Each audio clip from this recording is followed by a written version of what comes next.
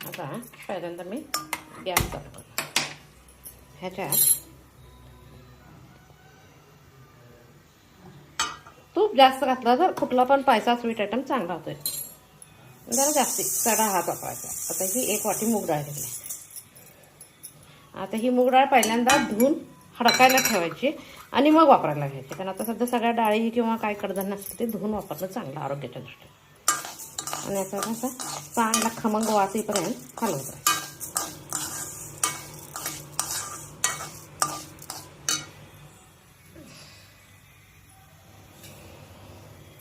तोपर्यंत हा नारळ आहे की नाही, हा नारळ मी फोडून असं काहीतरी गोडच करायचा आहे, पण मी आज मुगाच्या डाळीचा पायसा करणार. हा नारळ फोडून मिक्सरला बारीक करून एक अर्धा घ्यायला पाहिजे. पहिल्यांदा डाळ भाजायची. तूप घातला की खमंग वास यायला चालू चांगली भाजून. आता काय करायचं, डाळीचा खमंग वास यायला लागला. गॅस बंद करते आणि डाळ घालायची.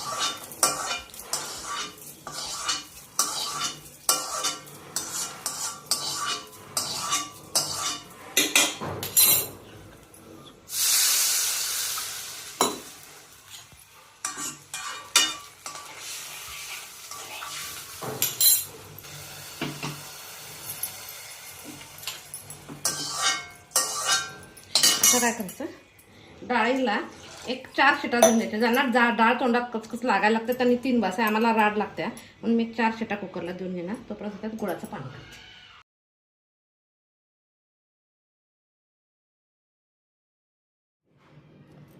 आता ह्या 1 वाटी मी मुगाची डाळ घेतली म्हणून 1 वाटी गूळ घेतला. आता ह्या वाटीच्या 1/3 पाणी घालायचं आणि चांगला विरघळू द्यायचा गूळ त्याला. तिकडं डाळ शिजल्या काय बघा.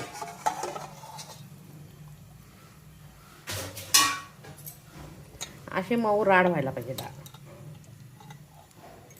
आता काय करायचं की डाळ काढून घ्यायची. गार झालाय कुकरचा. 4 शिटा दिल्या की नाही मस्त होते.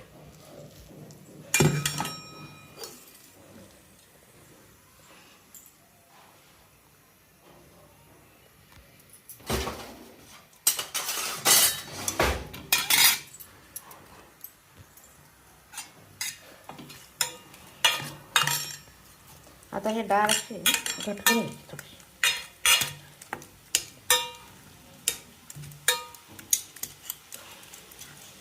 आता अमावस्याला गोड काहीतरी करायला पाहिजे.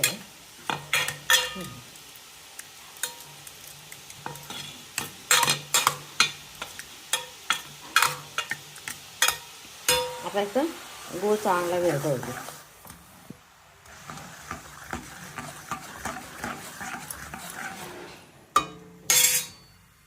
आता ह्यातला हे खोबरं मी काढून मिक्सरला बारीक करून घेणार.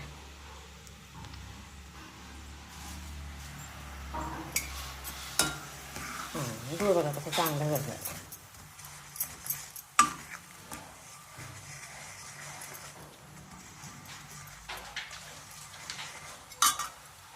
आता ह्याच्यात डाळ घालायची.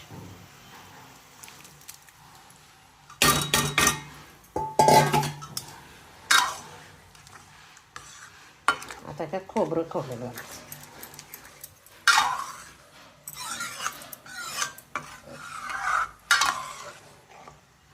याला बारीक करून शिजायला ठेवते आणि खोबरं.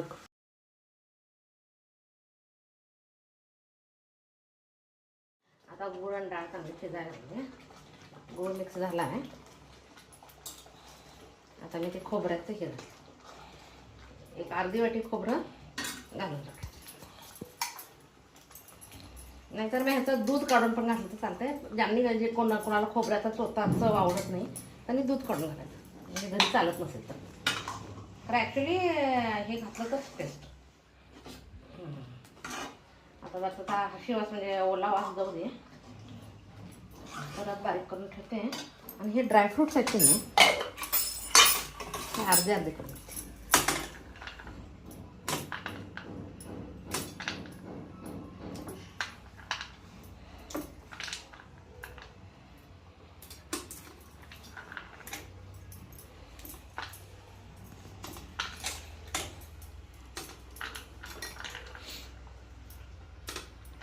आता काय करते,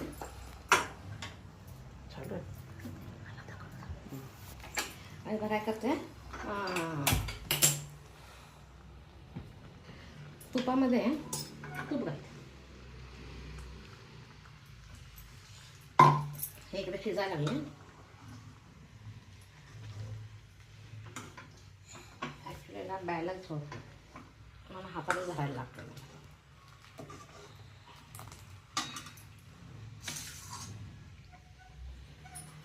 जरा तूप गरम होते.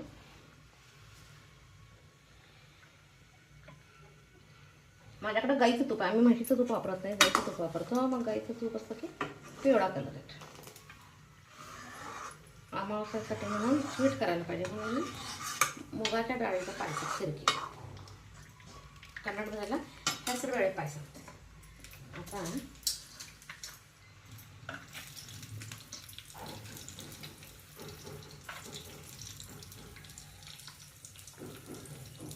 आपल्या घरी जे ड्रायफ्रूट्स अवेलेबल आहेत किंवा आवडतात ते घालायचे. आमच्या घरी काय ड्राय डस्ट आवडत नाही, तर घातले म्हणून घालते.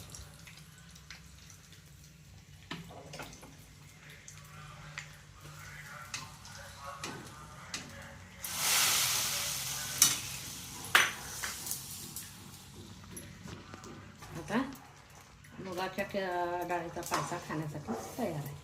माझी रेसिपी आवडत असेल तर लाईक शेअर करा.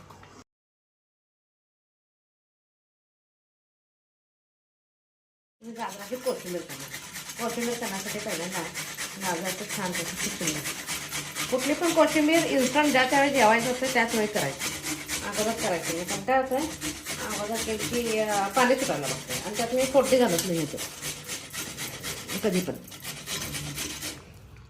अजून थोडीशी मग त्याच्यात कांदा, कोथिंबीर, दही, मीठ, साखर काय घालणार नाही कारण ऑलरेडी हे आहे ना. गाजर म्हणतात गोड असतं, काकडीची किंवा टोमॅटोची तर एक चिमटभर साखर घालायला लागते. नाही कधी खरं आज त्यांनी फक्त कॅरेटची करणार नाही, त्यामुळे काय घालणार नाही. आता त्याच्यात कांदा बारीक चिरून एक कप दूध,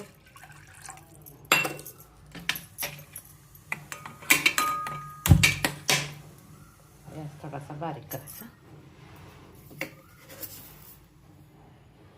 5 चमचे साखर घालायची. 1 चमच्याची काही गरज नाही.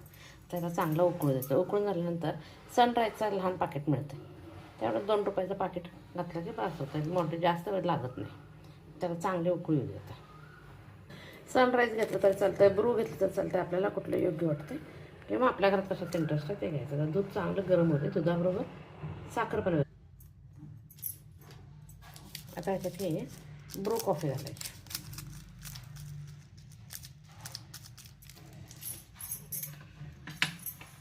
आणि दुधाला चांगलं उकळी द्यायची. ही कॉफी आपल्याला किती पाहिजे, आपल्या घरी कसली टेस्ट आहे त्यानुसार घालायची. त्याला चांगली उकळी द्यायची.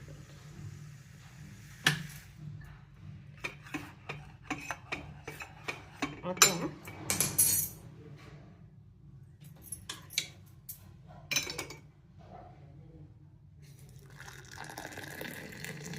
कॉफी पिण्यासाठी तयार आहे. माझ्या रेसिपी आवडतात लाईक शेअर सबस्क्राईब करा. सनराईज कॉफी, ब्रू, सनराईज कुठलं पण चालतं, काय प्रॉब्लेम.